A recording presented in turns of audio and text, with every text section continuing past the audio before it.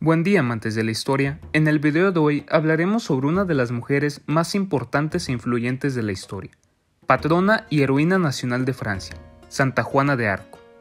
No se tiene una fecha exacta para su nacimiento, pero sabemos que fue en torno al año de 1412, durante una de las etapas más importantes de la Guerra de los 100 años, en la ciudad francesa de Domremy. Fue hija de los campesinos Jacques d'Arc e Isabelle Romée, quienes dieron a Juana una educación religiosa basada en la doctrina de la Iglesia Católica, y le enseñaron desde temprana edad los oficios relacionados con el campo. A la edad de 13 años, mientras Juana se encontraba realizando sus labores habituales en el campo, presenció lo que ella llamaría más tarde como una serie de visiones divinas, entre las que logró distinguir las figuras del Arcángel Miguel, Santa Margarita y Santa Catalina de Alejandría, quienes entre otras cosas le indicaron que expulsara a los ingleses de Francia y llevara a Reims al entonces delfín, Carlos de Valois, que el 17 de julio de 1429 sería coronado como Carlos VII. Fue así como a la edad de 16 años, acompañada de Durand-Lassois, fue al poblado cercano de Vaucouleurs para solicitar una audiencia con el noble francés y comandante de la guarnición local, Robert de Vandricourt, a quien solicitó una escolta armada que la acompañase a la corte real francesa. Como era de esperarse, Vandricourt rechazó de inmediato las peticiones de la doncella, pero esto no la detuvo, y volvió en enero del próximo año esperando que el noble hubiese cambiado de parecer respecto a la petición, a quien le predijo la derrota francesa en la batalla de Dubreuil, días antes de que llegaran los mensajeros a informar sobre el resultado. Fue por esta predicción que Vandricourt terminó aceptando las peticiones de la joven. La doncella partió acompañada por su escolta desde Vaucouleurs hasta Chinon, donde se encontraba la corte real del Delfín, debido a que para llegar allá debía de atravesar el territorio de Orleans, controlado por los ingleses. Sus acompañantes y algunos de los habitantes de la ciudad le otorgaron indumentaria militar masculina para que lograse pasar desapercibida ante los enemigos.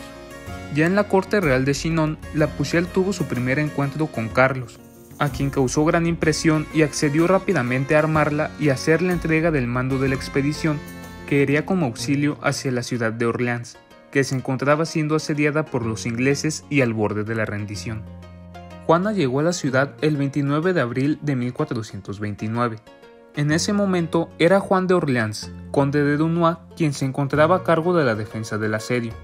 En un comienzo, debido a su corta edad y prácticamente nula experiencia militar, no se le informaba a Juana de las reuniones del Consejo de Guerra, pero esto no fue suficiente para evitar que la doncella participase activamente en la mayoría de batallas. Esto, aunado a su excepcional capacidad de liderazgo, hizo que se fuera ganando poco a poco la confianza de los nobles que dirigían la defensa, quienes fueron incorporándola paulatinamente en los consejos de guerra. Fue tan solo unos días después, exactamente el 8 de mayo, que los ingleses comenzaron a emprender la retirada, hecho que avivó la confianza que se tenía en la Pucelle, convirtiéndola en una figura casi legendaria que aumentaría enormemente la moral del antes devastado ejército francés. Un año después, el 23 de mayo de 1430, cuando Juana se dirigía rumbo a Compiègne para ayudar en la defensa de la ciudad, fue emboscada junto a sus hombres por el ejército borgoñón dirigido por el noble Lionel de Vendôme. Al verse superados tanto numérica como estratégicamente, los soldados franceses emprendieron la retirada hacia las fortificaciones más cercanas, donde se reagruparían para hacer frente al bando enemigo. La Pucelle decidió quedarse en la retaguardia para cubrir a sus hombres, hecho por el cual fue rodeada y capturada después de que su caballo cayera víctima de una flecha. Después de su captura, Juana fue trasladada al castillo de Barrebois, donde la mantuvieron cautiva. Después de que realizara varios intentos para escapar, sería llevada a la ciudad de Arras, donde los ingleses negociaron con sus aliados para quedarse con la custodia de la doncella, llegando finalmente a un acuerdo en el cual los borgoñones cederían a Juana a cambio del pago de 10.000 libras de Turena. Una vez entregada, los ingleses la trasladaron a Rouen, donde tendría lugar su juicio inquisitorio, el cual estaría plagado de violaciones al código canónico e incumplimiento de las propias leyes y procedimientos inquisitorios. Esto, aunado a que el tribunal estaba conformado en su totalidad por clérigos del bando inglés, hizo que se llegara rápidamente a una resolución en la que se acusaría a la Pucelle de herejía y transvestismo. Finalmente, el 30 de mayo de 1431, en el centro de la plaza de Rouen, Juana fue atada a un alto pilar de madera,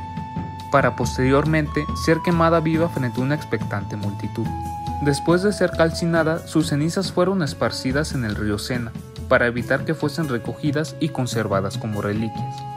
Años después de su muerte, y una vez terminada la Guerra de los 100 años, el Papa Calixto VI autorizó un juicio de anulación para revisar el proceso que se había hecho contra Juana,